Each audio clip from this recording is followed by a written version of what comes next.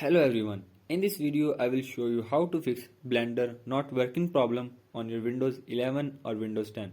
So to fix this issue, follow every step as I am showing in this video, and do not forget to subscribe this channel and also press the bell icon for the latest upcoming videos. Hope so this will fix your problem and help you a lot.